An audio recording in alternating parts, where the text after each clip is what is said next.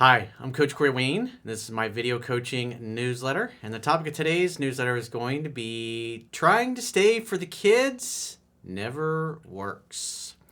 Well, I've got a cautionary tale about choosing the wrong person to spend your life with, have a family with, be in a relationship with, get married to, obviously, in this particular case. So it's interesting how this guy's whole story came out because he actually started out by his now ex-wife was actually in a group of other women, and he wasn't even interested in her. He was interested in one of her girlfriends, came over to hit on her, went out on it, started dating his or her friend, and I guess she was an exchange student from Germany. And then eventually she went back to Germany and then started dating his now ex-wife. And what's interesting is the ex-wife kind of wasn't nice to him the whole time, and she kind of resented the fact that he came over to the table there and was hitting on her friend instead of her. So it's just an interesting turn of events and how he ended up in a marriage, and obviously now he's divorced, and he credits my work with giving him the courage to leave. So for those of you guys that can't wait to get a ring on somebody's finger and may have made bad choices in the past or about to make a bad choice, or maybe you're in a situation like this now and you're just tormented. Do I stay? Do I go? Like that old Clash song, Should I Stay or Should I Go? Which is a great song, by the way. I'm a little biased to the Clash, so. Anyways, I got a quote that I wrote, and then we'll go through this guy's email because it's a good email to go through and understand what this guy went through to help you avoid making the same kinds of choices. Ideally, you want to learn from these other guys' mistakes. So the quote says, way too many people grow up in toxic families and broken homes where yelling, arguing, and drama are a dysfunctional way of life. Many people make the mistake of trying to make an impossible relationship with a toxic person work. After much violation of their self and their dignity, they eventually realize that they deserve better. They take their power and their lives back that they may have originally given away in a fruitless attempt to keep the peace. It takes great courage and humility to admit that you made a bad choice for a romantic partner and leave that person to eventually find love again and create a much better relationship with a better quality prospect. Life is too short to spend it with people who despise and treat you poorly. Amen to that. So with that said, let's go through his email. It says, Dear Coach Corey, I'm an avid fan of yours, and I just wanted to share my experience of how your work helped me to move on from a toxic marriage. I'm a 41-year-old man with a background in engineering and am currently a successful contractor for the U.S. military. My situation started way back in 2012 when I first met my ex-wife. I was at a coffee shop when I spotted a group of hot-looking girls sitting by the window. They were all very attractive, but there was one in particular that really caught my eye. I've always been kind of fearless when it came to women and had a fairly decent history at picking them up. I strode on over to the group and introduced myself. I immediately started to chat up the one girl that I had my eye on. Here's the twist. My ex-wife wasn't the one I had been initially interested in. My ex-wife Jessica was actually sitting right next to the blonde and happened to be her best friend at the time. From the onset, she didn't take too kindly to me and wound up being a major cock blocker. That's the interesting thing, like women in groups, women tend to be competitive. And if a guy, like in this case, guy comes over and approaches them and he's interested in another girl, they resent it. And they're like, why didn't he hit on me? Why hasn't he chosen me? It's interesting. This was a pattern that repeated itself over the next few months. So obviously she was hoping that he would not date her friend and end up dating her instead. And so her way of making that happen or facilitating is to be a cock blocker. Me and the blonde did end up going on a few dates, and I felt we had a good connection, but it was not to be. You see, she was originally from Germany and was only in the States doing a studies abroad program. After a few months, she was slated to go back to Europe to continue her schooling for an advanced nursing program. She told me she didn't want to engage in such a long-distance relationship and broke up with me, and I was heartbroken. Here's where my ex-wife comes back into the picture. What a coinky-dink. How convenient. About a week after my girlfriend had flown back to Germany, Jessica contacts me over Facebook. Opportunist. Her tone had completely changed, and she apologized profusely for treating me so bad. So that should be kind of a red flag. She's an ass to you the whole time, and when in reality, she really likes you. But then again, you kind of see this with little kids. Girls that have crushes on boys act like they hate them, and vice versa, when in reality, they're just trying to mask the fact that they have a crush. So for an adult woman to be doing this, is she really a nice person? Is that a nice thing to do to somebody that you want to date, to just be an ass? That should be a red flag. Because ideally, you want a girl who's going to be nice to you. One of the first things I always tell women that I meet is like, I want a girl that's nice to me. Be nice to me, communicate, say what you mean what you say. And I just wait to see what they do. And unfortunately, and this is not just women, just most people in society, just their words and their actions almost always don't match. And they're inconsistent. It's like I've said before, finding people that are good for you, good to you, good for your soul is so hard. It's so hard. They're so rare.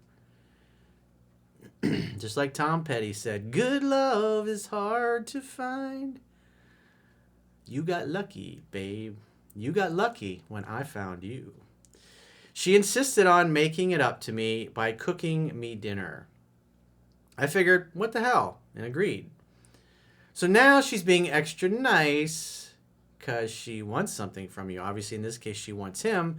Whereas before, let's be real. She'd been a cunt to him. She'd been an absolute cunt to him.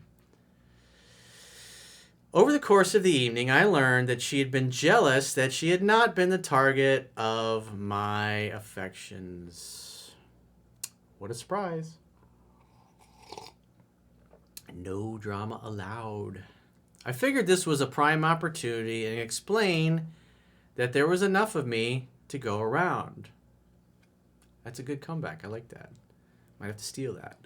Jessica is a very beautiful woman, but her negative attitude and always pulling her best friend away from me turned me off.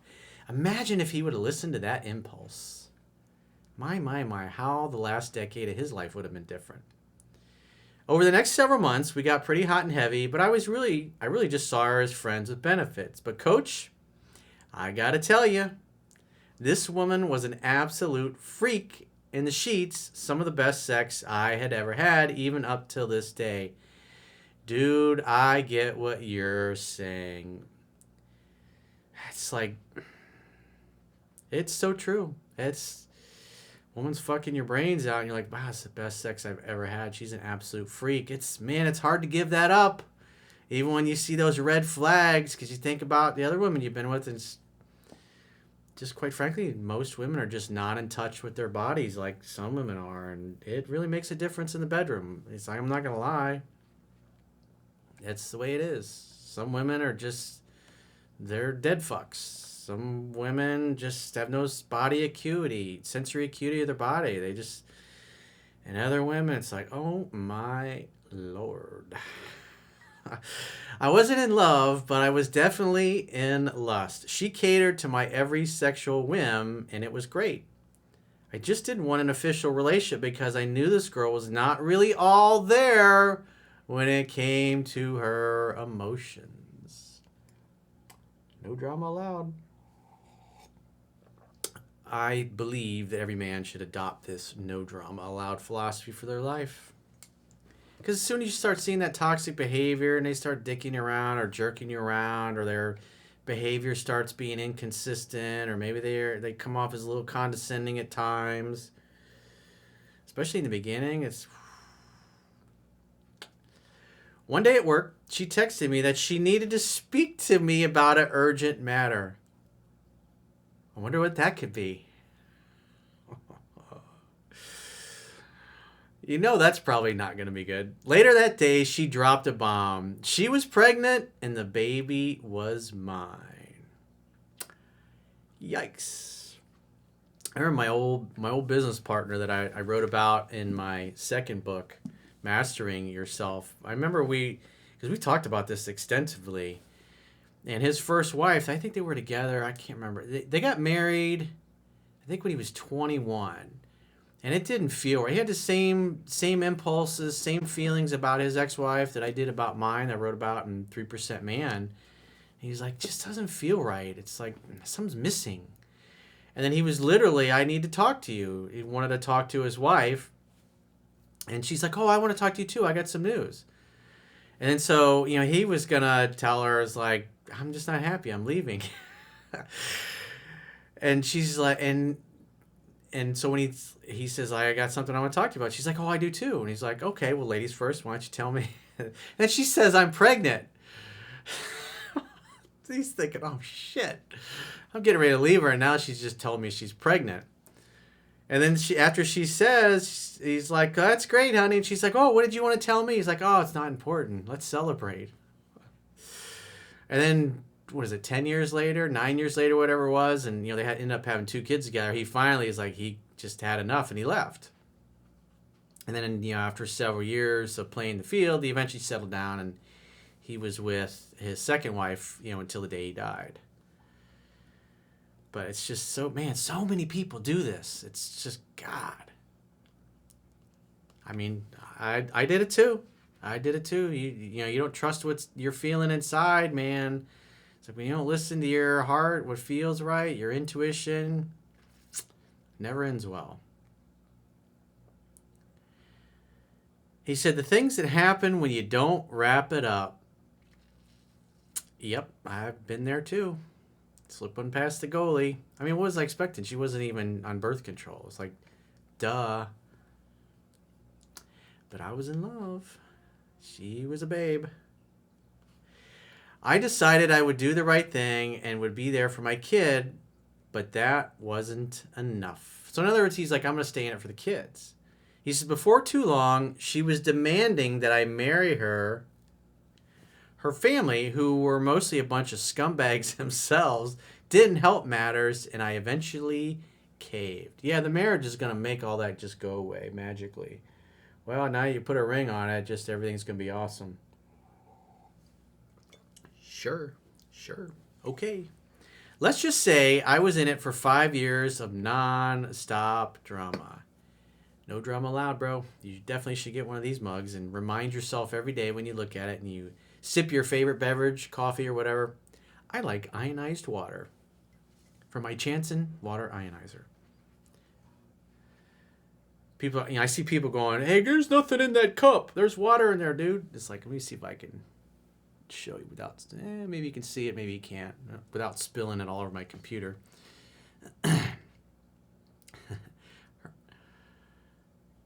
He says, let's say I was in for 5 years of nonstop drama. The only good thing that came out of that marriage was my daughter.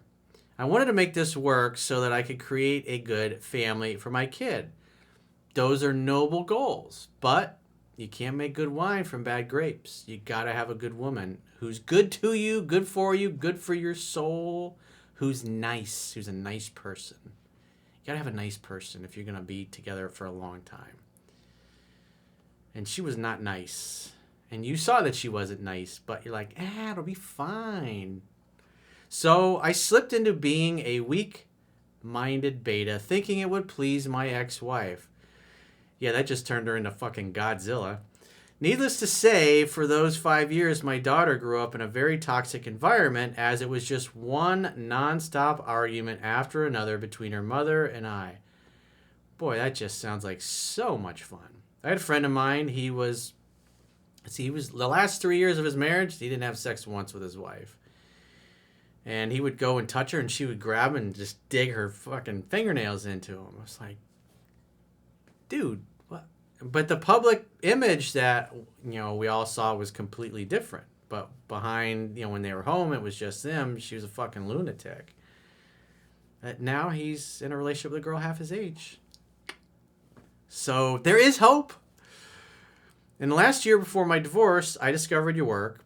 I have read your first book 7 times, and through it, I realized why my ex-wife had fallen for me so hard in the beginning.